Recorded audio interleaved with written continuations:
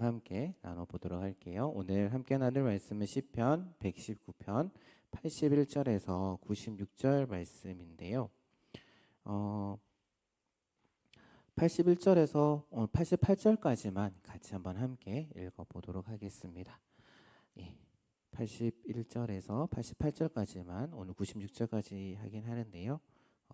96절까지인데 88절까지만 함께 시니까요. 함께 한 목소리로 읽어보도록 하겠습니다. 함께 읽겠습니다. 시작. 나의 영혼이 주의 구원을 사모하기에 피곤하오나 나는 주의 말씀을 바라나이다. 나의 말이 주께서 언제나 나를 안위하실까 하면서 내 눈이 주의 말씀을 바라기에 피곤하니이다. 내가 연기 속에 가죽 부대와 같이 되었으나 주의 율례들을 잊지 아니하나이다. 주의 종의 날이 얼마나 되나이까. 나를 핍박하는 자들을 주께서 언제나 심판하시리이까. 주의 법을 따르지 아니하는 교만한 자들이 나를 해하려고 웅덩이를 팠나이다. 주의 모든 계명들은 신실하느이다. 그들이 이유 없이 나를 핍박하오니 나를 도우소서. 그들이 나를 세상에서 거의 멸하였으나 나는 주의 법도를 버리지 아니하였사오니 주의 인자하심을 따라 나를 살아나게 하소서. 그리하시면 주의 입의 교훈들을 내가 지키리이다. 아멘. 오늘 우리가 시편 119편을 봤는데요. 성경 중에 제일 긴장이죠. 그리고 말씀에 대해서 이야기를 하고 있는 그런 시편입니다. 나중에 한번 가셔서 쭉 한번 읽어보셔도 좋을 것 같습니다. 지난주는 우리가 이제 부활주일이었고 그 전주는 고난주간이어서 이제 고난주간에 관련된 말씀을 함께 나눴고, 지난주에는 이제 담임 목사님을 통해서 부활절과 관련된 부활절 말씀을 함께 나누었죠. 그래서 오늘부터 다시 이제 지난번 했던 것으로 다시 돌아와서 이제 하나님이 어떤 분이시고 그리고 하나님의 그 작정, 그 하나님의 작정 가운데 작정하신 일이 실행되는 게 크게 두 가지가 있다라고 말씀을 드렸습니다. 한 가지는 창조. 그래서 우리가 그동안에는 창조에 대한 부분들을 다루었죠. 하나님께서 어떻게 세상 만물을 창조하셨고 그 창조의 절정인 인간의 창조가 어떻고에 대한 내용들. 그래서 하나님께서 하나님의 형상으로 우리 인간을 만드셨다. 그 하나님의 형상으로 지음 받았다라는 것은 그렇다면 무슨 이야기냐?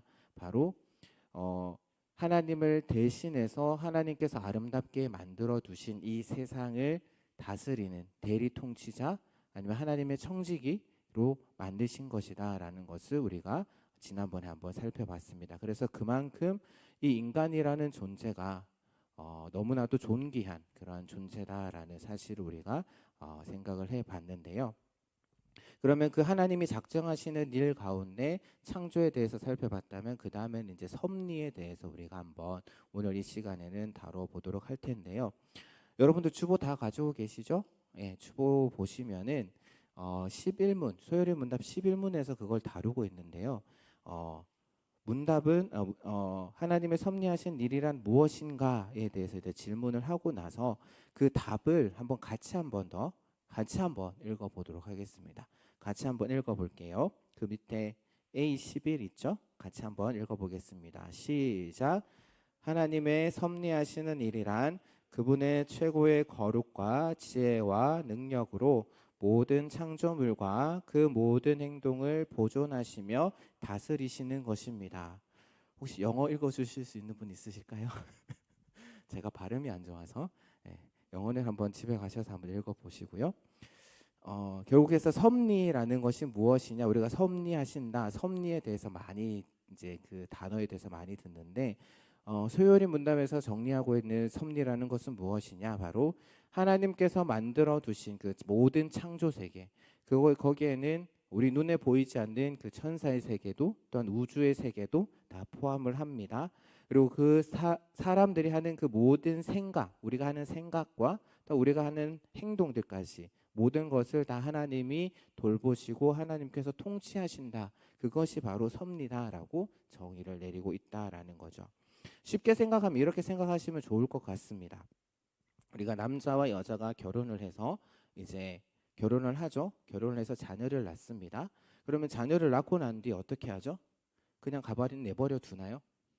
너 알아서 크라고 이렇게 그냥 내버려 두지는 않을 겁니다. 뭐 여러분들 가운데 우리들 가운데 때로는 엄마 이렇게 반응을 해가지고 하여튼 내 스스로 컸다라고 생각을 하시는 분들이 계실지는 모르겠지만 만약에 그렇게 된다면 그 아이는 얼마 살지 못하고 아마 죽을 겁니다. 그것처럼 자녀를 낳으면은 그 자녀가 생명을 유지하고 자라날 수 있도록 부모는 먹이고 입히고 그렇게 보호하고 돌보죠. 그런 것처럼 하나님께서도 그렇게 하신다라는 겁니다. 그러니까 하나님께서도 이 세상 모든 만물을 만드시고 그냥 멀리서 그냥 지켜보시고 그냥 버려두시는 것이 아니다라는 거죠. 붙들고 계시다라는 거죠. 우리가 예전에 제가 한번 이신론이라는 이론을 한번 소개시켜 드린 적이 있는데 거기서는 어떻게 설명하느냐 하면 하나님께서 이 세상을 만드시고 그냥 멀리서 지켜만 보고 계신다라고 그렇게 주장을 하는데 성경은 그렇지 않다라고 이야기를 하고 있다라는 거죠. 하나님께서 이 세상 모든 만물, 모든 것들을 창조하시고 나서 그냥 가만히 두고만 보고 계시는 것이 아니라 그곳 가운데 역사하고 계신다. 그것을 통치하시고 보존하시기 위해서 지금도 일하고 계신다라고 성경은 우리에게 이야기를 하고 있다라는 겁니다. 그러면 그 섭리의 범위는 어떻게 되는가? 그 어디까지 하나님께서 섭리하는가? 소요리 문답을 보게 되면은 모든 창조물과 그 모든 행동이다라고 되어 있습니다. 사람들 중에서는 그러니까 믿지 않는 사람들 중에서는 하나님을 그 믿는 사람들 그러니까 교회 다니는 사람들 그래서 그들의 다스리심을 받는다. 하나님을 믿는 사람들만 하나님께서 다스린다라고 그렇게 오해하는 그런 사람들이 종종 있는데요. 즉 하나님을 기독교에 한정된 그런 신이다라고 아는 그런 사람들이 있는 것 같습니다. 하지만 그렇지 않다라는 거죠. 하나님께서는 우리들만의 교회를 다니는 또한 기독교인 그리스도인들만의 하나님이 아니라 하나님께서는 이 세상 모든 만물을 창조하신 창조주이시고 주인이시고 그래서 이 세상 모든 만물을 또한 우리의 생각과 우리가 하는 행동까지 다 지켜보고 계시고 그것들까지 다 다스리고 계신다라는 거죠. 공중에 나는 새들을 포함해서 모든 생명의 죽음 그리고 삶 그리고 그 모든 행동들뿐만 아니라 또한 우리 주변을 보게 되면 비가 오고 햇볕이 비치고 꽃이 피고 꽃이 지는 것 또한 바람이 부는 것 그래서 이 세상에 일어나는 그 모든 일들 가운데 하나님께서 함께하고 계시고 이것을 우리는 어떻게 이야기를 하느냐 바로 하나님의 섭리하심이다 라고 그렇게 이야기를 한다라는 겁니다. 그리고 한 사람의 그 역사뿐만 아니라 한 사람의 태어나고 죽음뿐만 아니라 어떻게 보면은 역사 가운데 한 나라의 흥망성쇠까지도 하나님께서는 거기 가운데 함께하고 계시다라는 거죠. 그걸 이끌어가고 계시다라는 거죠. 하나님의 섭리 안에 있다라는 겁니다. 그러니까 세상의 역사들, 세계 역사들을 보게 되면은 마치 전쟁을 통해서 그 나라의 경계가 지어지는 것처럼 정해지는 것처럼 보이겠지만 그 모든 것 가운데 하나님의 섭리가 있다라는 것을 우리는 기억을 해야 된다라는 겁니다. 그렇다면 하나님께서는 어떤 방식으로 섭리를 하실까? 섭리를 이해하는 데 있어서 우리가 기억해야 될 것은 뭐냐면 이것이 절대로 프로그래밍이 아니다라는 거죠. 어떤 프로그램을 프로그래밍해서 그것대로 움직이는 것이 아니다라는 것을 우리는 기억해야 됩니다. 물론 하나님께서 이 세상을 만드시고 그 세상 가운데 또한 자연 만물 가운데 여러 가지 법칙들을 두시긴 했지만 우리가 하나님을 이해할 때 우리의 생각, 우리의 지혜에 다 담을 수 없는 분이다. 우리의 생각과 지혜를 초월하시는 분이다라고 우리가 배웠던 것처럼 섭리하실 때도 마찬가지다라는 것이죠. 즉 하나님께서 이 세상 모든 만물을 포함해서 우리의 모든 행동들을 정하시고 이끌어 가시지만 때로는 우리가 알 수 없는 그러한 방식으로 또 우리가 이해할 수 없는 방식으로 섭리해 나가신다. 그 대표적인 것이 바로 기적과 같은 성경에 나오는 그 기적과 같은 그런 일들을 행하신다라는 것 우리는 인정을 해야 된다라는 겁니다. 그렇다면 하나님께서 이 세상을 보존하시고 다스리신다면 그 기준은 뭘까? 우리가 창조에서 살펴봤던 것처럼 하나님께서 이 세상을 만드신 목적이 있습니다. 그렇다면 섭리에 있어서도 분명한 목적이 있다라는 거죠. 그러면 그 섭리하시는 기준, 무엇에 가치를 두고 섭리를 하시는 걸까? 우리는 이걸 한 번쯤은 질문해 봐야 되는 겁니다. 왜냐하면 이 세상 살아가는 사람들, 우리가 이 세상에서 살아가는 사람들도 세상을 볼 때에 이 세상을 돌아가게 하는 원리가 있다라고 그렇게 생각하기 때문이죠. 그러니까 하나님을 인정하지 않지만 하나님께서 이 세상을 섭리하는 것이 아니라 세상 돌아가는 원리가 따로 있고 그 원리에 따라서 만물이 움직이고 흘러가고 있다라고 세상의 많은 사람들은 생각을 한다라는 겁니다. 몇 가지 예를 들어볼게요. 원인에 따라 결과가 있으니까 응당 그 보답을 받는다.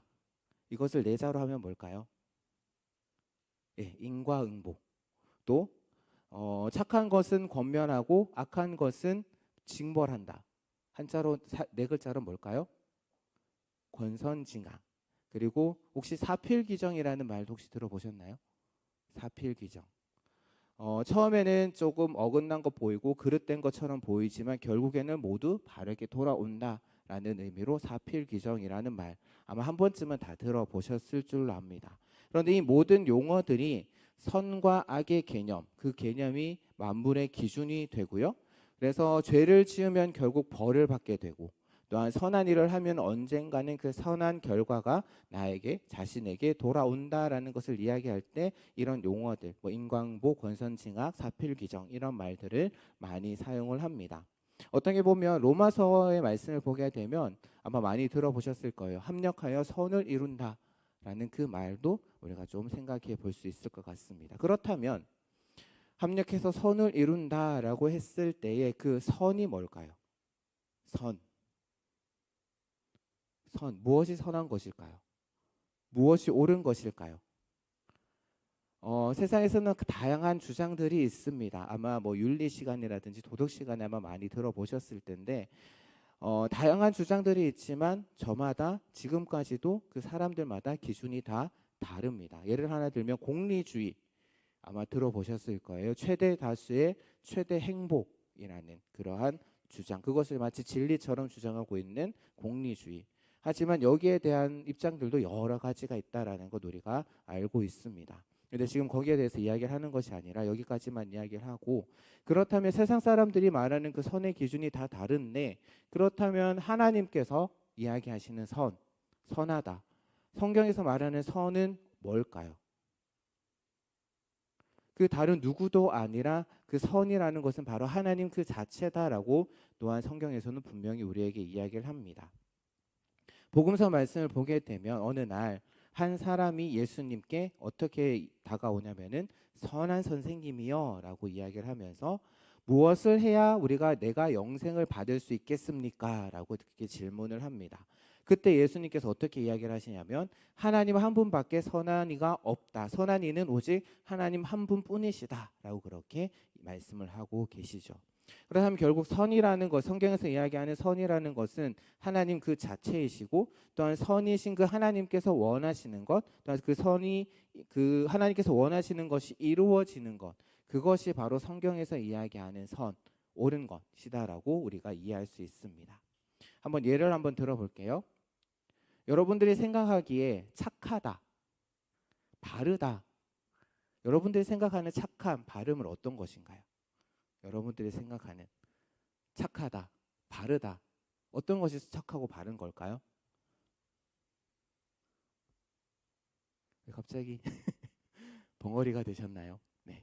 어떤 것이 착하고 어떤 것이 선한 걸까요? 우리가 흔히 이제 착하다, 선하다라고 했을 때는 우리가 보기에는 남에게 잘 베풀 줄 알고 아니면은 많이 도울 줄 알고 남의 물건 훔치지 않고 법을 어기지 않고 남을 미워하지 않는 그런 사람 우리가 선하다라고 이렇게 많이 이야기를 하죠. 법 없이도 사는 사람이다라고 이야기할 때 그 사람 참 착하다, 바르다, 선하다라고 이야기를 합니다. 때로는 그래서 도덕과 윤리라는 것을 인간이 만든 것이다라고 생각을 하기 쉬운데 하지만 그 착하다라는 개념, 그 바르다라는 개념 역시도 어떻게 생각하면 하나님께서 우리에게 주신 것이다라는 것을 우리는 생각해 볼 필요가 있습니다. 왜 도둑질 하지 말아야 되죠? 왜 도둑질하면 안 됩니까? 왜요? 그렇게 배웠기 때문이기도 하지만 도둑질을 하지 않는다라는 것은 결국 어떤 이야기냐면은 다른 사람의 물건을 소중히 여길 줄 안다라는 그러한 것이고, 또한 그거는 나만을 위한 것이 아니라 남을 위할 줄도 안다라는 의미로 발전이 됩니다. 그러니까 남을 위할 줄 안다. 나 중심이 아니라 다른 사람을 먼저 생각한다라는 것은 어떤 모습이냐면 바로 이웃 사랑의 한 가지의 모습이고, 또 하나님께서 계명을 이야기하실 때, 십계명을 이야기하실 때 하나님을 사랑하고 이웃을 사랑하라라고 하셨잖아요. 그렇다면 결국 이웃 사랑의 한 모습이다라는 겁니다. 그러면 그것이 바로 하나님께서 우리에게 바라시는 모습이고, 그렇기 때문에 도둑질하지 않는 것이 착한 것이고 도둑질하지 않는 것이 선한 것이 된다라는 것을 우리는 생각해 볼 필요가 있다라는 것이죠. 앞서서 말씀드렸던 합력해서 선을 이룬다. 그래서 결국에는 우리가 하나님께서 섭리하신다라는 것은 어떤 의미냐면 하나님의 뜻이 이루어진다라는 것이고, 그렇다면 하나님께서 자신의 선을 이루어 가시는 것을 이루어가고 계신다라는 것을 어떻게 다르게 이야기를 하냐면은 하나님이 섭리하신다. 그러니까 하나님이 섭리하신다라는 말은 하나님께서 자신의 선을 이루어가고 계신다라는 것으로 우리는 또한 다르게 이야기를 할 수 있다라는 겁니다. 그런데 이것을 이제 세상에는 잘 되는 일도 있고 잘못되는 일도 있지만, 앞서서 이야기 드렸던 것처럼 사필귀정이라는 말처럼 모든 것이 좋은 쪽으로 갈 것이다라는 식으로 우리는 좀 생각하는 경향들이 있습니다. 그러니까 세상의 많은 일들, 그것도 세상의 악한 일들이나 아니면 내 뜻대로 안 되는 일들을 우리가 만났을 때 우리가 어떻게 생각하냐면은 합력해서 선을 이루시니까 언젠가는 잘 될 거야. 또 이런 말도 있잖아. 인생지사 세옹지마라는 말도 있으니까 언젠가는 잘 될 거야 라고 그렇게 고민하다가 그렇게 자기 합리화를 시키는 그러한 경우들이 참 많다라는 것이죠. 하지만 성경에서는 절대로 그렇게 가르치지는 않습니다. 그러니까 세상의 모든 일들, 세상에 되어지는 그 모든 일들이 모두 하나님의 계획 가운데 하나님께서 의도하셔서, 그래서 하나님께서 원하시는 뜻대로 이루어가고 계신다라고 성경은 우리에게 이야기를 하고 있다라는 것이죠. 오랜 역사 가운데 일어나고 있는 그 모든 일들, 또한 우리가 하고 있는 모든 행동들, 그래서 또한 우리 주변에서 보이는, 우리가 보기에는, 우리가 생각했을 때는 정말 납득할 수 없고 정말 이해할 수 없는 또한 악한 일들도 하나님의 섭리 가운데 일어나는 일이다라는 것을 성경은 우리에게 분명히 이야기해 주고 있다라는 겁니다. 사실 우리의 머리로는 조금 이해할 수 없는 부분들이 많이 있죠. 모든 창조물 그리고 그 모든 행동들까지 하나님께서 보존하시고 통치하신다? 하나님께서 다스리신다는 그 성경의 가르침, 어떻게 보면 소요리 문답 1번부터 사실 시작해서 우리가 쭉 내용들을 살펴봤을 때에 그 어떤 것도 세상 사람들이 동의하기에는 쉽지 않은 그런 내용들을 우리가 지금 다루고 있습니다. 왜냐하면 인간이라는 존재는 자신이 독립된 그러한 존재로 살아가고 생각하기를 참 좋아한다라는 것이죠. 그래서 반대로 내가 누군가의 다스림을 받고 있다, 혹은 내가 지배를 받고 있다라는 말에 대해서는 조금은 거부감을 많이 느낄 겁니다. 하지만 지금까지 제가 교리를 쭉 이제 올해 초부터 계속해서 말씀을 드릴 때마다 누누이 말씀드리는 건 뭐냐면은 하나님은 도저히 우리의 머리로, 우리의 지혜로, 우리의 생각으로, 우리의 가치관으로 다 이해할 수 없는 분이다라는 것을 제가 계속해서 강조했었죠. 우리의 생각에, 우리의 마음에 담을 수 없는 분이 바로 하나님이시다라는 겁니다. 그러니까 전에도 말씀드렸던 것처럼 만약에 하나님께서 우리가 다 하나님을 이해할 수 있고 우리의 생각으로 그 하나님을 다 담을 수 있다면 그 존재는 더 이상 신이 아닙니다. 그리고 더 이상 우리의 하나님이실 수도 없다라는 것이죠. 그래서 우리가 다 이해할 수 없고 다 담을 수 없기 때문에, 우리의 생각을 초월해 계시는 분이시기 때문에 그분은 우리의 하나님이 되시는 거고, 우리가 그분을 믿고 그분을 의지할 수 있는 것이 아닐까요? 하지만 그래도 세상을 보게 되면 참 우리 삶 가운데 내가 이해할 수 있는 일보다는 내가 이해할 수 없는 일이 더 많이 일어나는 것처럼 보입니다. 하나님이 계시다면, 정말 그 하나님이 선하신 분이라면 왜 하나님이 다스리시는 이 땅 가운데 전쟁이 그치지 않는 걸까?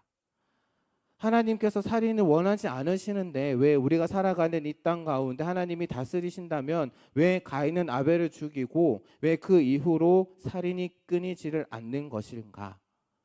하나님이 선하시고 하나님이 의로운 분이시고 하나님이 공평하신 분이라면 왜 세상 가운데 악이 넘쳐나고 불의가 팽배하고 불공평한 일들이 이렇게 일어나고 있는 것인가? 도대체 하나님께서는 뭘 하고 계시기에 이런 일들이 일어나시는데도 마치 가만히 계시는 것처럼 보이는가? 왜 하나님의 백성이 내가 하는 일은 잘 안 되고 잘 풀리지 않고 하나님을 믿지 않는 사람들, 하나님을 믿지 않고 자기 마음대로 살아가는 사람들의 일들은 왜 그렇게 잘 되고 왜 떵떵거리며 살고 왜 그렇게 잘 풀리는 걸까? 아마 우리가 살아가다 보면 이러한 질문들 한 번쯤은 해보았을 겁니다. 우리의 머릿속을 떠나지 않는다라는 것이죠. 하나님이 살아계시다라고 믿지만 우리가 세상 살아가는 일들을 보게 되면 그러한 질문들을 우리가 할 수 있다라는 겁니다. 그래서 우리가 지난번 동기 수련회 때 한번 이 내용에 대해서 우리가 잠깐 다루었고요. 그래서 그것을 잠깐 복습해 보자면은 하나님의 뜻, 하나님의 의도는 크게 두 가지로 우리가 나누어서 생각해 볼 수가 있습니다. 그러니까 하나님께서 허용하시는 뜻이 있고 죄송합니다. 하나님께서 허용하시는 뜻이 있고 또한 선하신 의도가 있다라는 것이죠. 하나님께서 전쟁 원하실까요? 하나님께서 살인하는 걸 원하실까요?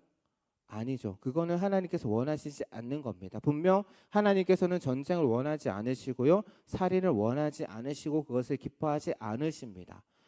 그리고 또 하나님께서는 이 땅 가운데 지진을 일으키시고 홍수를 일으키시고 가뭄을 일으키게 하셔서 그 세상 사람들을 힘들게 하고 어렵게 하고 그 모습을 보면서 팔짱 끼워서 그 모습을 보면서 웃고 계시고 즐거워하시는 그러한 잔인한 하나님은 아니시다라고 성경은 분명하게 이야기를 하고 있다라는 것이죠.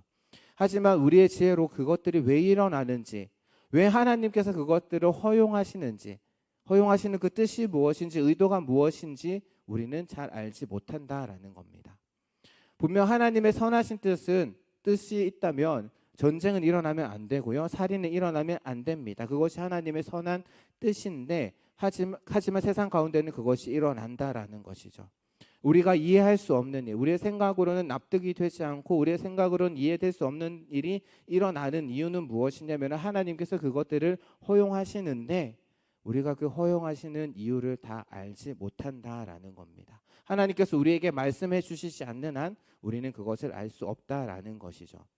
그래서 우리가 때로는 우리가 이해할 수 없는 일을 만났을 때에 그 일에 대해서 우리가 함부로 평가를 내리거나 함부로 정죄하거나 함부로 어떻게 이야기를 해서는 안 된다라는 것을 제가 말씀드렸습니다.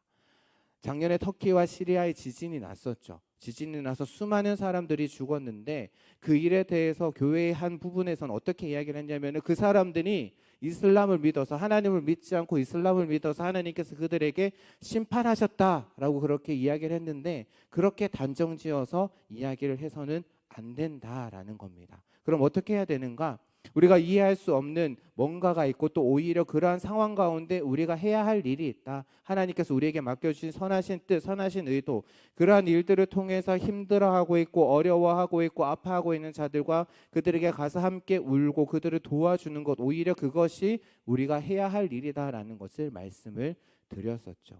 그러니까 다시 말씀을 드리자면 하나님이 모든 것을 다스리십니다. 그럼 우리가 어떻게 생각하느냐면은 우리 하나님께서 다 다스리시니까 그럼 우리가 할 일이 없는 거 아닌가? 우리가 해야 될 일이 없는 거 아닌가라고 생각을 할 수도 있는데 우리가 해야 할 일이 없어지지는 않습니다. 하나님께서 다스리신다라고 해서.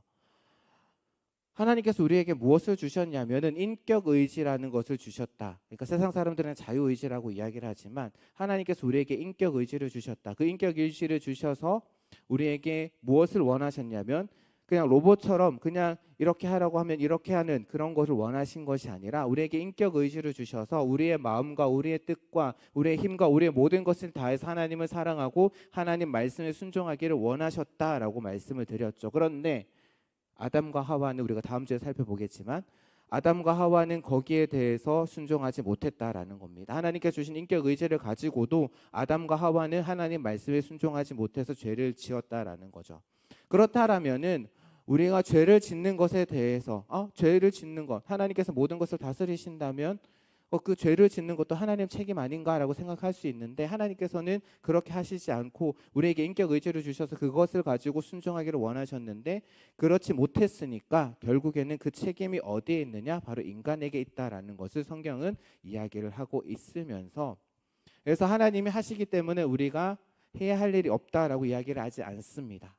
우리가 분명히 해야 할 일이 있는데, 그것이 무엇이냐면 앞서서 말씀드렸던 것처럼 우리의 모든 것을 다해서, 우리의 마음과 뜻과 정성과 모든 것을 다해서 하나님을 사랑하고, 그래서 하나님을 사랑하는 마음으로 순종하는 것, 그래서 하나님의 뜻을 알기 위해서 우리가 늘 기도해야 된다라고 말씀드렸죠. 그리고 하나님의 뜻을 알았다면 우리가 하나님의 뜻을 알았으니까 거기서 끝, 그것이 아니라 하나님의 뜻을 알았다면 하나님의 뜻을 이루어 갈 수 있도록 하나님 저에게 힘과 지혜와 능력을 더해 주십시오라고, 그것을 위해서 더욱더 기도해야 된다라고. 그래서 그것이 바로 하나님께서 우리에게 원하시는 모습이다라고 말씀을 드렸습니다. 복습이 되셨죠? 네. 그거 이제 우리가 수련회 때 우리가 살펴봤던 내용이었고요. 그런데 우리가 그러한 삶을 산다라고 할지라도, 그래서 하나님의 뜻에 합당한, 하나님의 뜻을 알아서 하나님의 뜻에 맞게 그렇게 살아간다라고 할지라도, 때로는 우리의 삶 가운데 찾아오는 우리 고난을 우리가 피해갈 수는 없습니다. 어떻게 생각하면 우리 인간의 삶이라는 것은 조금 인정하기 쉽진 않겠지만 고난의 연속이 아닐까 합니다. 하나의 산을 넘게 되면 이제 산을 넘었구나 라고 생각했는데, 또 다른 산이 우리 앞을 기다리고 있는, 그것이 우리의 인생이 아닐까라는 생각을 해보게 됩니다. 그럴 때에 우리는 또한 좌절하고 또한 낙심하기 쉽습니다. 아마 오늘 우리가 읽었던 시편 119편을 쓴 저자도, 시인도 아마 고난의 상황 가운데 있었던 것 같아요. 고난에 대한 이야기들을 참 많이 하고 있습니다. 그럼에도 불구하고 고난의 상황 가운데서도 시인은 오늘 말씀을 보게 되면 소망을 잃지 않고 있는 그러한 모습을 우리가 발견할 수 있는데요. 왜냐하면은 주의 말씀, 주의 법도를 영원히 잊지 않기 때문이다라고 오늘 저자는 우리에게 밝혀주고 있습니다. 주의 법도, 하나님의 말씀이 시인의 마음 가운데, 시인 가운데, 시인의 삶 가운데 소망을 주기 때문이죠. 그러니까 하나님의 말씀이 시인에게 소망을 주는 이유는 무엇이냐? 하나님의 말씀을 묵상했을 때에 그 하나님 말씀을 통해서 하나님이 어떤 분이신지, 하나님의 성품을 발견할 수 있었기 때문입니다. 말씀을 통해서 또한 발견할 수 있는 그 하나님, 그럼 어떤 분이시냐? 여러 가지 이야기를 할 수 있겠지만 오늘 말씀을 보게 되면 바로 하나님은 인자하신 분이다라는 사실이죠. 하나님께서 인자하신 분이기에 이 세상을 가만히 두지 않으시는 분이십니다. 또한 그분은 선하신 분이시기에 이 세상을 회복시키는 방향으로 지금도 일하고 계시고 섭리해 나가고 계신다라는 것이죠. 또한 하나님은 신실한 분이시기 때문에 자신이 하신 약속은 반드시 지키시는 분이다라는 겁니다. 그래서 때로는 우리가 우리 삶 가운데 이해할 수 없는 일들, 납득할 수 없는 일들, 그런 문제들을 만나지만 하나님은 그 상황과 그 시간을 통해서 우리를 하나님의 선하신 뜻 가운데로 인도해 나가고 계시다라는 것. 그래서 그러한 하나님의 성품, 그러한 성품들을 말씀을 통해서 발견하기 때문에 시인은 어떻게 이야기를 하느냐? 바로 고난 중에서도 내가 소망을 잃지 않습니다 라고, 그런 하나님이 계시기 때문에, 그런 하나님을 소망하기 때문에 내가 지금 고난 가운데 있지만 낙심하지 않습니다, 절망하지 않습니다 라고 그렇게 이야기하고 있는 것은 아닐까요? 어떻게 생각하면 조금 인정이 쉽게 되지는 않았겠지만, 하나님께서는 우리 가운데 그런 고난을 허락하심으로 인해서 우리의 참된 모습을 보게 하시고요, 또한 우리가 하나님께로 한 걸음 한 걸음 더 나아갈 수 있도록 하시기 위해서 그런 고난들을 허용하시는 것이 아닐까라는 생각을 해보게 됩니다. 우리는 때로는 내 앞에 닥친 그러한 문제들, 고난들, 그런 것들을 맞이하면은 그 문제에 파묻혀가지고 그 문제에만 집중을 해가지고 다른 것을 보지 못하는 경우들이 참 많이 있습니다. 그런데 과연 그것이 하나님께서 원하시는 모습일까? 과연 내가 지금 닥친 그 문제에만 집중을 해서 다른 것들을 바라보지 못하고 그것으로 인해서 아파하고 골몰하고 그래서 낙심하고 낭망하는 것, 그것이 바로 하나님께서 우리에게 바라시는 원하시는 모습일까? 문제에만 집중해서 문제보다 더 크신 하나님, 고난보다 더 크신 하나님을 바라보지 못하는 우리를 보시고 하나님께서는 그럼 어떤 생각을 하실까요?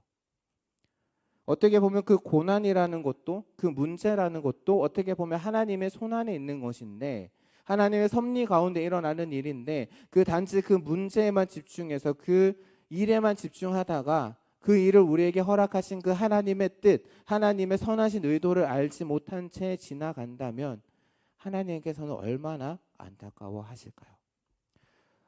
내가 너 그러라고, 너 그렇게 낙심하고 좌절하고 하라고 내가 고난을 허락한 것이 아닌데 라고 우리에게 또 말하고 싶으시지 않을까요? 우리가 늘 기억해야 될 것은 무엇이냐면 하나님께서는 당신이 선택한 백성 절대 버리지 않으시는 분이다라는 것이죠. 하나님께서는 지금도 이 세상 모든 만물을 보존하고 계시고 붙잡고 계시는 것처럼 하나님께서 택하신 백성들을 절대 버리시는 분이 아닙니다. 세상은 우리를 버릴 수 있습니다. 세상은 우리를 포기할 수 있고 우리를 버릴 수 있습니다. 우리의 능력이 없어서 우리가 세상을 못 따라가지 못해서 우리를 버릴 수 있지만 하나님께서는 고난 가운데 하나님은 우리의 손을 꼭 붙잡고 계십니다. 우리는 그 붙잡은 손을 놓을 수 있습니다. 하지만 하나님께서는 우리의 손을 꼭 붙잡고 계신다라는 것이죠.